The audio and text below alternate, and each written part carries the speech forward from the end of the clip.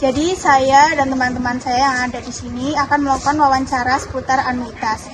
Pertama-tama perkenalkan, nama saya Almira Maila Faiza. Nama saya Rafina Ika Stelingrum. Nama saya Martia Putri Pratama. Saya Fajriani Nurilandari. Saya Ayu Azalia. Saya Vito Pardani. Saya Pak Kasaputra. Saya Arkan Raja Sudaryanto. Nah, jadi di sini kami akan bekerja sama untuk melakukan tugas wawancara dari Bu Rika. Jadi hari ini kita mau wawancara di rumah Mas Daru. Ia bekerja di Bank BRI Rejo. Nah, wawancara tersebut mengenai seputar anuitas dan ini sekarang saya bersama teman-teman. Oke, baiklah, kita langsung saja melakukan wawancaranya di rumah Mas Daru. Assalamualaikum warahmatullahi wabarakatuh. Hari ini kami akan melakukan wawancara kepada narasumber kami dengan Mas siapa Mas? Daru.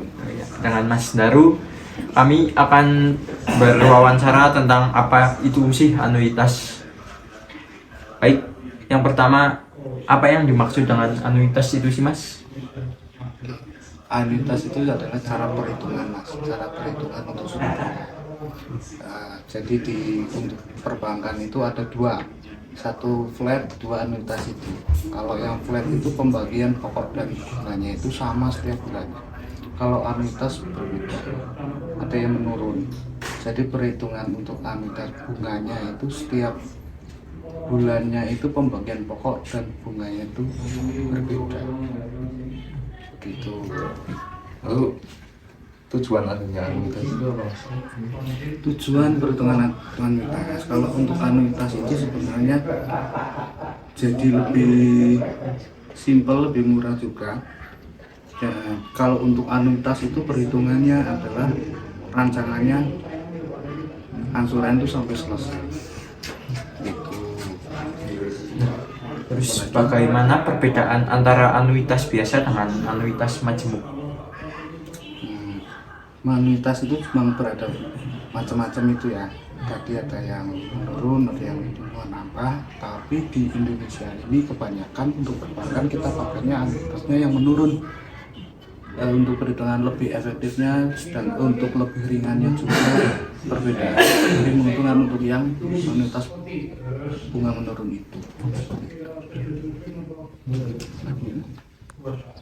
Kenapa perlu adanya anuitas mas? Salah satunya itu sebenarnya kebijakan dari yang berwenang ya. Satu dari Bank Indonesia itu sendiri yang membuat aturan itu mas. Jadi untuk perbankan semua kita mengerti prosedur mengikuti aturan dari Bank Indonesia. Terus apa manfaat dan kekurangan dari memiliki anuitas itu Mas? Manfaat dan kekurangan. Ya. Kalau manfaatnya jelas itu sebenarnya lebih ringan. Tapi kelemahannya adalah ketika dilakukannya pelunasan sebelum jatuh tempo. Katakanlah dia pinjaman 3 tahun, tapi dalam waktu 1 atau 2 tahun dia melakukan pelunasan maju, otomatis dia agak rugi karena membayarkan bunganya lebih awal. Saya mau bertanya, mengapa anuitas sering digunakan dalam perencanaan keuangan jangka panjang? Oke, karena seperti ini. Untuk anuitas itu sebenarnya lebih ringan itu tadi. Satunya lebih ringan untuk jangka panjang. Pengaturannya ditotalkan itu satu keundangan memang lebih ringan itu. Kedua begini, kalau anuitas itu setiap bulannya perhitungan turunnya katakanlah dia harus membayarkan 1 juta dari 10 juta, katakanlah dia setiap bulannya harus 1 juta.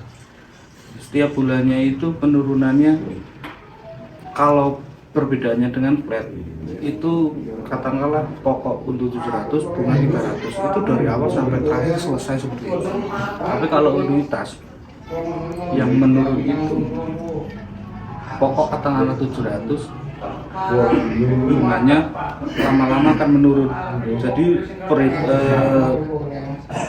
perbandingannya pokok dengan bunga itu sebenarnya di awal lebih besar di bunganya dulu, tapi lama-kelamaan dia akan turun-turun bunganya sampai selesai, pokok selesai seperti itu.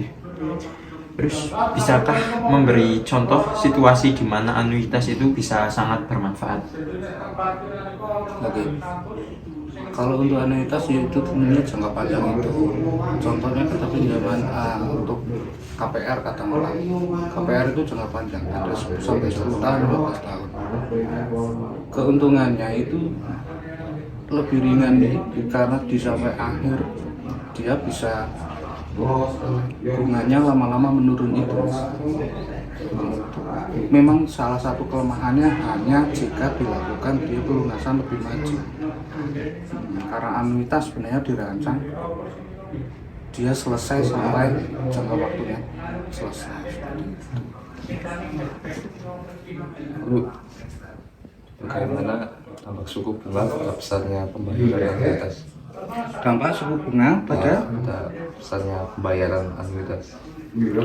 semakin besar suku bunga, otomatis angsurannya jadi lebih besar juga. Ya, seperti itu. Suku bunga lebih besar, otomatis pembayarannya akan lebih besar. Semakin kecil juga semakin kecil, seperti itu.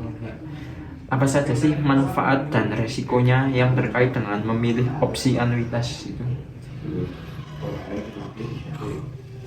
Yang lebih ditegaskan sebenarnya satu kekurangannya kembali lagi seperti itu yang sudah saya jelaskan tadi. Kelemahannya adalah ketika dia melakukan penyelesaian maju ya, karena kebanyakan yang dibayarkan di awal adalah bunganya dulu, pokoknya masih kecil.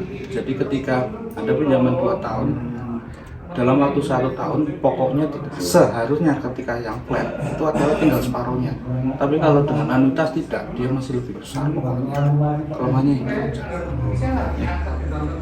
Ngomong-ngomong investasi, Mas. Bagaimana cara memulai investasi dalam anuitas? Investasi dalam anuitas. Kalau untuk investasi itu berbanyak macam. Kita berinvestasi ada yang di dalam bentuk aset seperti tanah, ada yang dalam bentuk barang-barang berharga seperti emas. Itu tinggal kita mengikuti ini aja, perkembangan dari harga. Contohkan emas sekarang berapa, kira-kira worth it nggak untuk saat ini ketika kita melakukan pinjaman dengan angsuran anuitas dengan harga emas kondisi sekarang seperti apa. Itu tinggal kita harus juga melihat pasar juga ya, kondisi pasar seperti apa gitu. Baik, terima kasih Mas atas kerjasamanya. Kami juga akan menutup wawancara hari ini. Terima kasih atas perhatiannya. Mohon maaf bila ada salah kata dan kekurangan. Wassalamualaikum warahmatullahi wabarakatuh.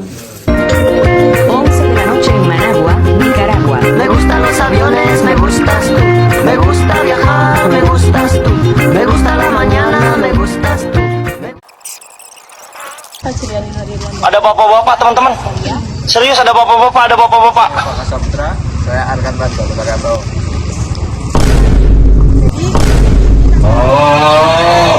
Jadi ya guys, tugas wawancara dari Bu Rika.